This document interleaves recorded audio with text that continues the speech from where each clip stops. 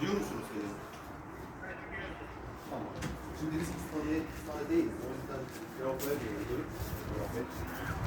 Onun yarısı biraz istedim. Yani onunla götürdüğümüz ihtimallik